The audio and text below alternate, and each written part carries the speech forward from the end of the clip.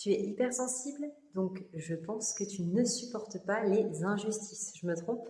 Moi aussi. Donc souvent, ça ramène à la blessure de l'injustice. Donc je ne sais pas si tu as lu le livre de Lise Bourbeau sur les 5 blessures, j'en ai déjà parlé dans une autre vidéo. C'est un livre magique, extraordinaire, où vraiment on apprend, on comprend plein de choses sur les blessures qu'on peut avoir à l'intérieur de nous. Donc la blessure de l'injustice, on la ressent énormément quand on est hypersensible. Et je voulais te rappeler dans cette vidéo que la blessure de l'injustice, ce n'est pas seulement être touché ou outré quand il se passe des injustices autour de toi. Quand on va un peu plus loin, on se rend compte aussi que quand on a la blessure de l'injustice, on est très souvent injuste envers soi-même. D'accord ? C'est pas être forcément injuste envers les autres, c'est être aussi injuste envers soi-même. C'est-à-dire qu'on va beaucoup plus donner aux autres qu'à soi-même. On va faire passer les autres avant soi et nous, on va se faire passer après.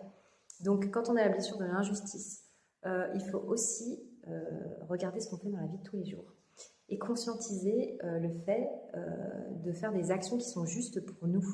Quand on fait quelque chose, se dire ok, est-ce que je viens de faire, est-ce que c'est juste pour moi? Est-ce que j'ai pensé à moi ou est-ce que j'ai encore une fois pensé à l'autre avant? Est-ce que j'ai encore une fois mis l'autre personne en avant et moi je me suis placée après?